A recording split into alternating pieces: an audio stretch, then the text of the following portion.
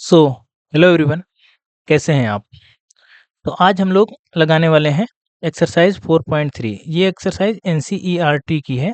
Class 10th की mathematics चल रही है, जैसा कि आप लोगों को पता है।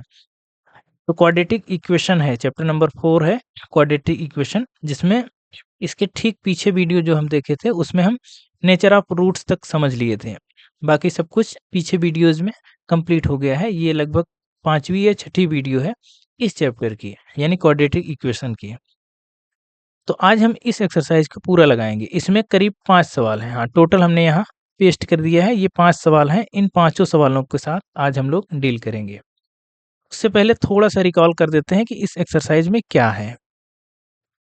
देखिए, इसमें करना क्या है, जैसे पिछली वीडियो में पढ़े थे नेचर ऑफ रूट्स क्या होते हैं, नेचर ऑफ रूट्स, बस इसी के बारे में इसमें पूरी एक्सरसाइज दी गई है। तो थोड़ा सा हम रिवाइज करा देते हैं। जब हम नेचर ऑफ रूट्स निकालते हैं तो बेसिकली हम उस फार्मूले का, जो श्रीधराचार्य का जो फार्मूला है, जो इस तरह का फार्मूला एक हमने आपको बताया था, -b plus minus root b square minus 4ac upon 2a। तो यहाँ पे हम इसको चेक करते हैं, इसका डिस्क्रिमिनेंट, इसको बोलते हैं discriminant b square minus 4ac। इस डिस्क्रिमिनेंट को चेक करते हैं। अब देखिए, डिस्क्रिमिनेंट 3 तरह से हो सकता है, या तो ये 0 होगा, या तो 0 से बड़ा होगा, या तो 0 से छोटा होगा। आपको पता है कि ये नंबर लाइन होती है, या तो ये प्लस होगा, या तो माइनस होगा, या तो 0 होगा। सारे नंबर्स इसी लाइन पर होते हैं, बस इसके अलावा कुछ नहीं हो सकता।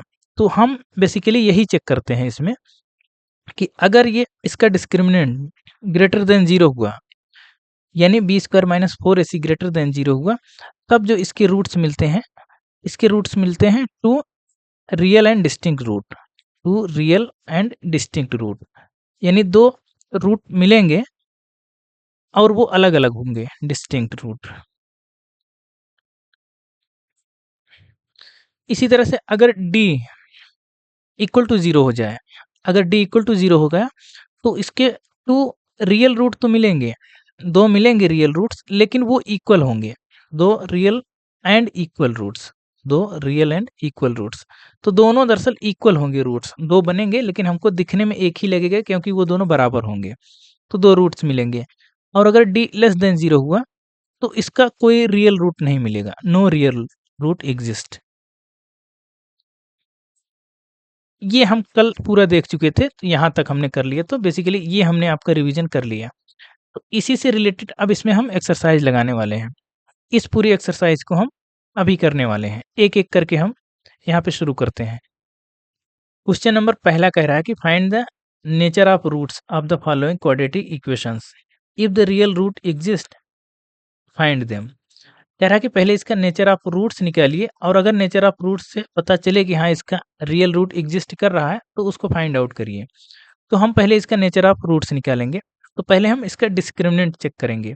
उसके लिए सबसे पहले हमको ए बी सी पता होना चाहिए।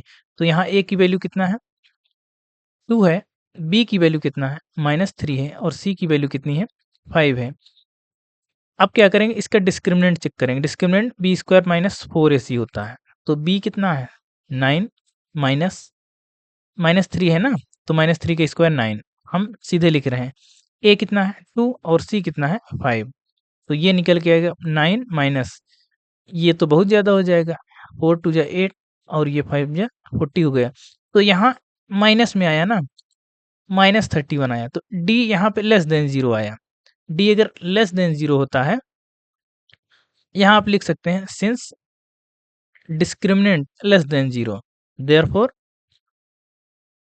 Therefore no real root exist. अभी हम कंडीशन पढ़ के आए हैं कि अगर डिस्क्रिमिनेंट 0 से छोटा होता है, तो कोई उसका रियल रूट एग्जिस्ट नहीं करता है, तो नो रियल रूट एग्जिस्ट।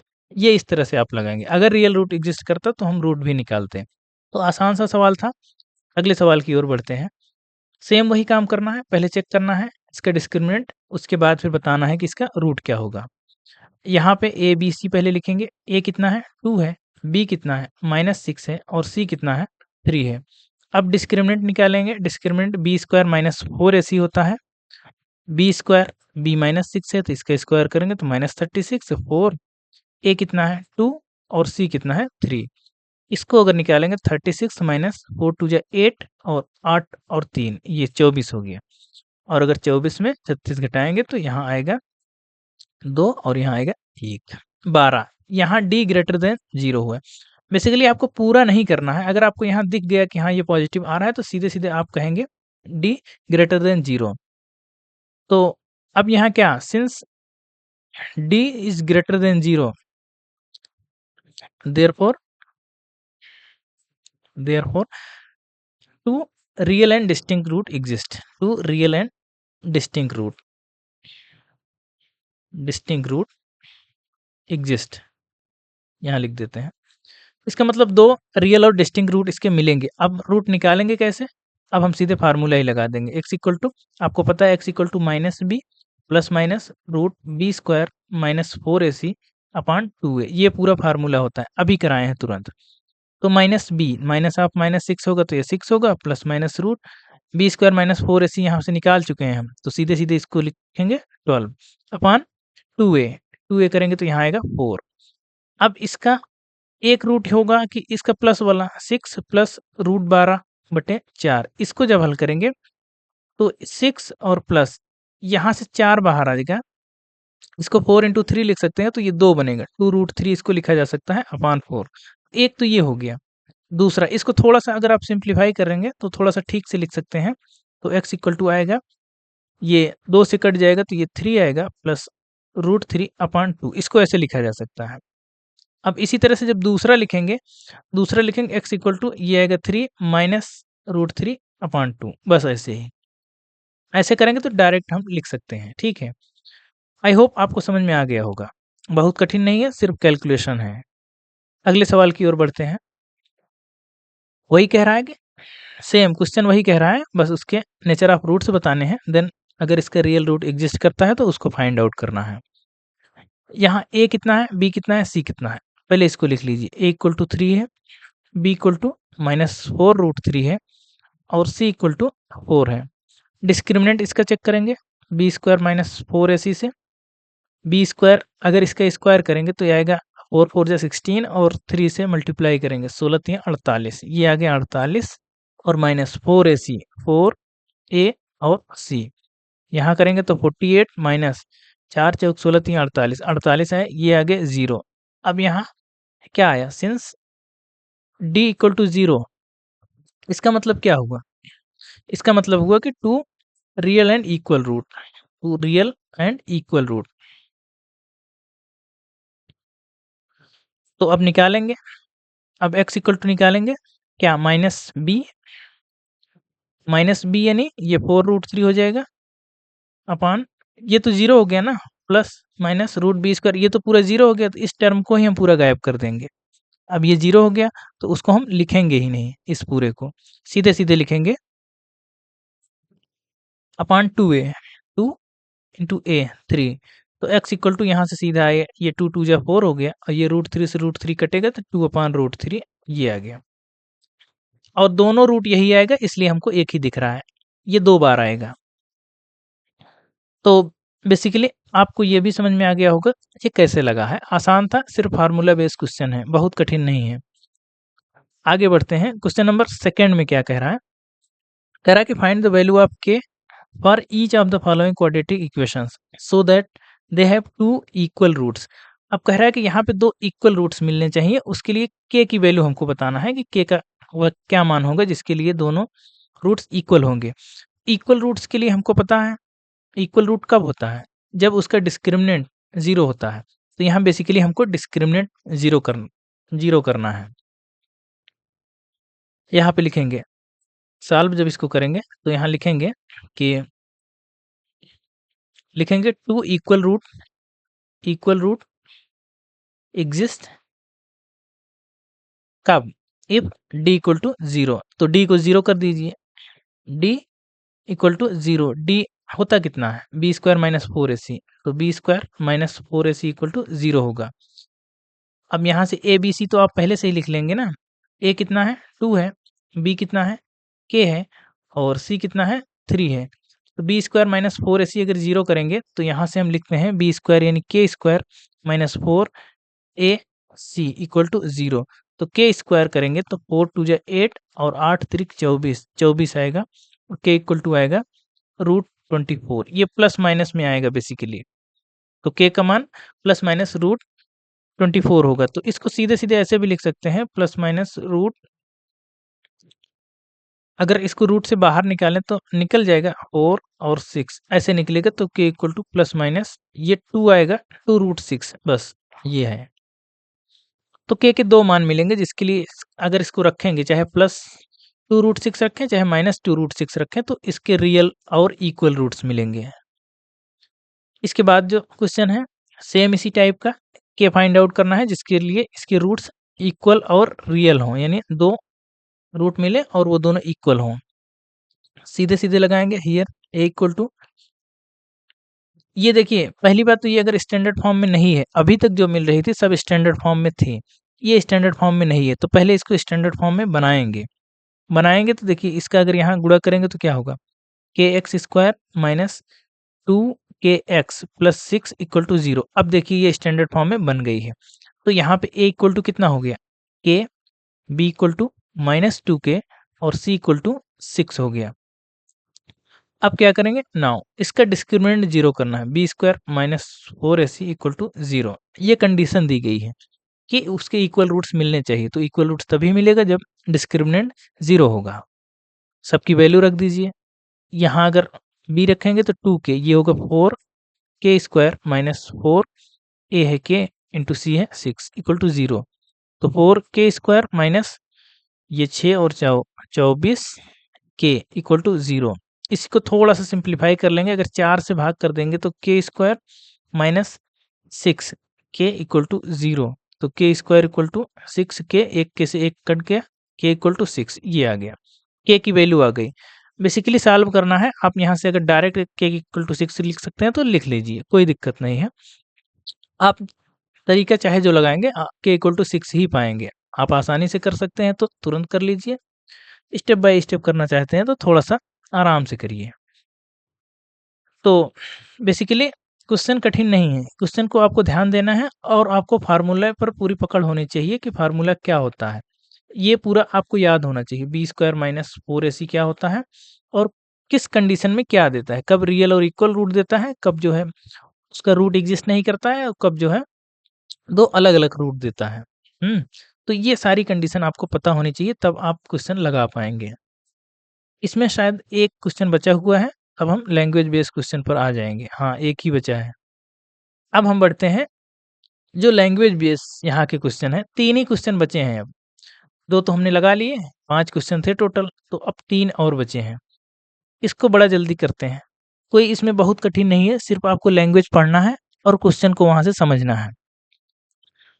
कह रहा है कि if it is possible to design a rectangular mango grove. देखिए मैंगो ग्रोव जो होता है मतलब एक तरह से आम का बगीचा बना रहा है, और वो किस शेप का, रेक्टेंगुलर मैंगो ग्रोव यानी रेक्टेंगुलर शेप का, जिसकी लेंथ ट्वाइस इट्स ब्रेथ, जिसकी लेंथ जो है उसके ब्रेथ से ट्वाइस हो यानी 2 गुना हो, and the area is 800 metre square, उसका एरिया हो 800 metre square. So find its length and breadth. कह रहा है कि क्या ये संभव है, जो ये कंडीशन दी गई है, कह रहा है कि क्या ये संभव भी है, और अगर संभव है तो उसकी लेंथ और ब्रेड्थ निकालिए।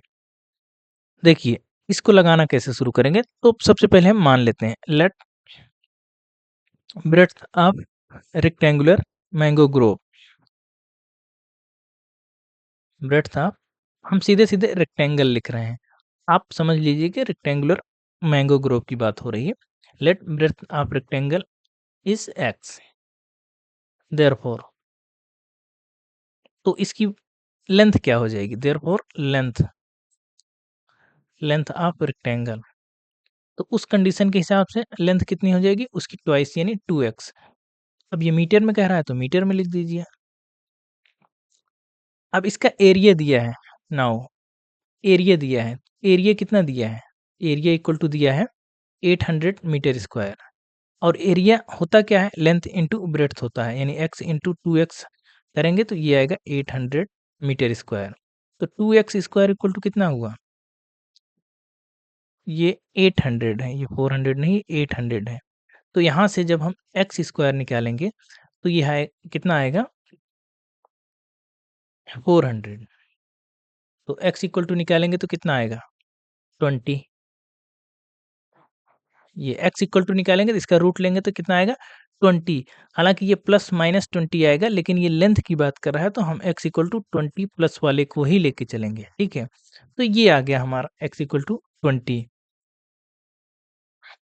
तो इसमें पूछा गया था क्या ये पॉसिबल है कि नहीं? तो देखिए ये पॉसिबल है, क्यों? क्योंकि इसके रूट निकल के आए हैं। तो यहाँ पे लिखेंगे कि it is possible, it is possible to to design या बिल्ड, कुछ भी लिख सकते हैं, uh to build such a grow. तो इस तरह का एक ग्रो आप डिज़ाइन कर सकते हैं। ये सिचुएशन हमने देखा कि हाँ, इसके रूट्स जो है वो एग्ज़िस्ट कर रहे थे।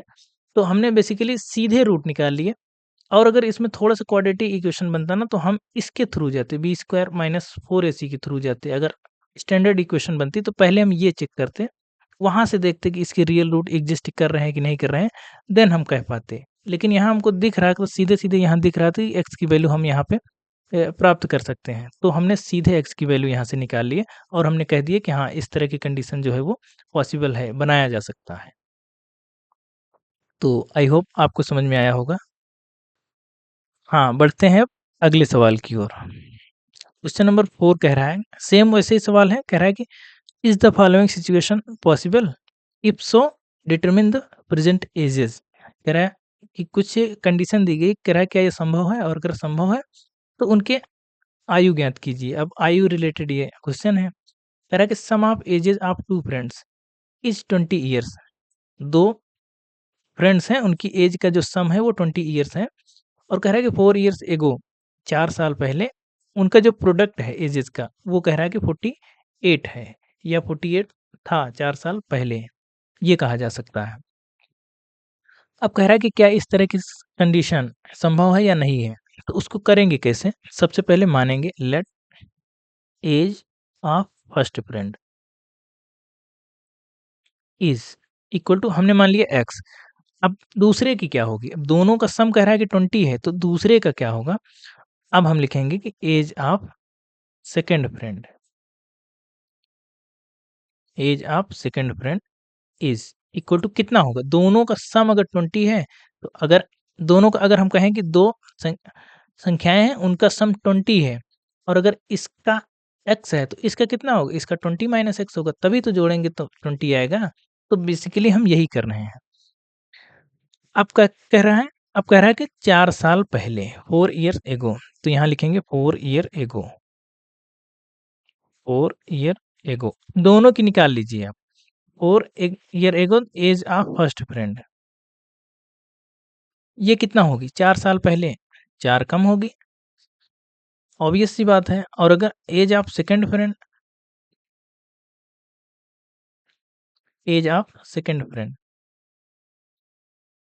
वो कितना होगी? जितना आज है उससे 4 साल कम, इसमें 4 घटा दीजिए, ये बेसिकली आएगी 16 माइनस एक्स, ये।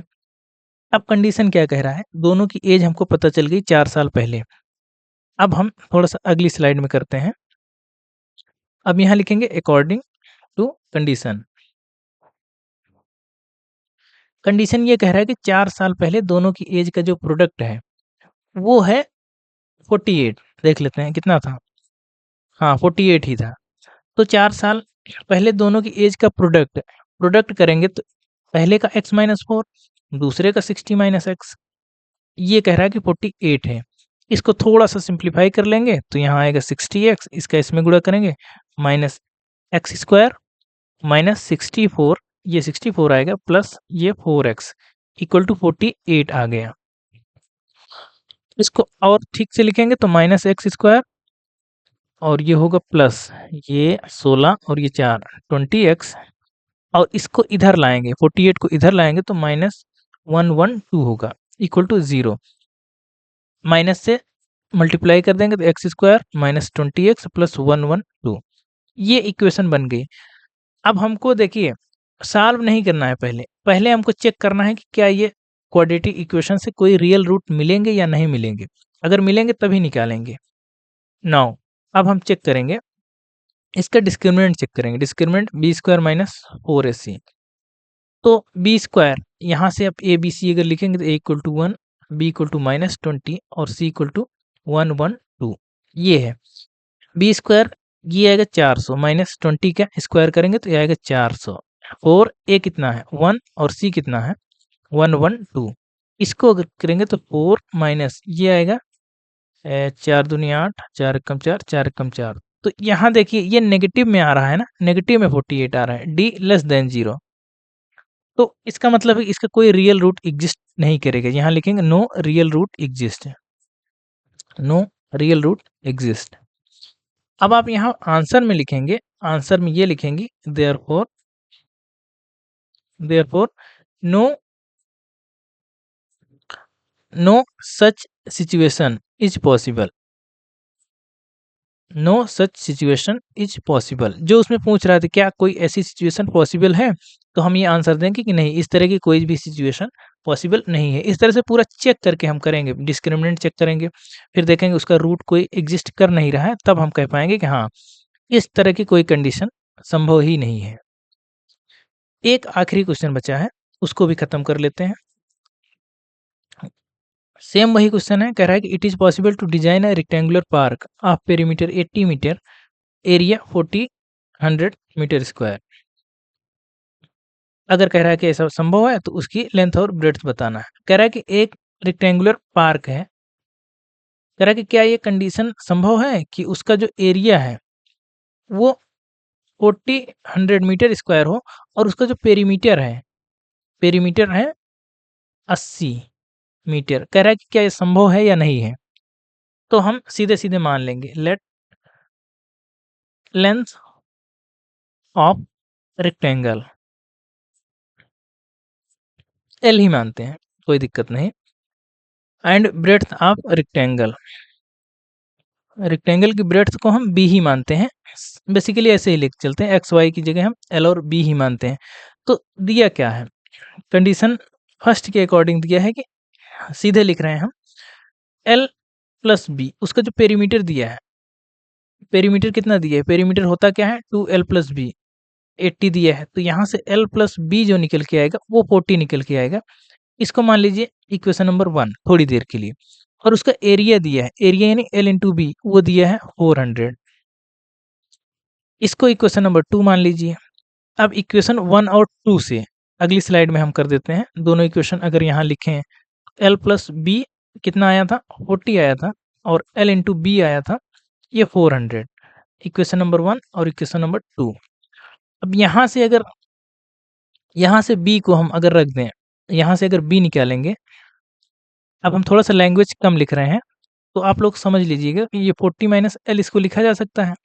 इस चीज़ को यहाँ पुट कर देंगे, सब्स्टिट्यूशन मेथड लगाएंगे। हमने आपको सिखाया है चैप्टर जो सेकंड चल रहा था या थर्ड चल रहा था, हाँ थर्ड में हमने आपको बताया था कि सब्स्टिट्यूशन मेथड क्या होता है, एलिमिनेशन मेथड क्या होता है, दो इक्वेशन को कैसे सॉल्व करते हैं किसी भी तरीके से, चाहे सब्स्टिट्यूशन मेथड हो चाहे एलिमिनेशन मेथड हो।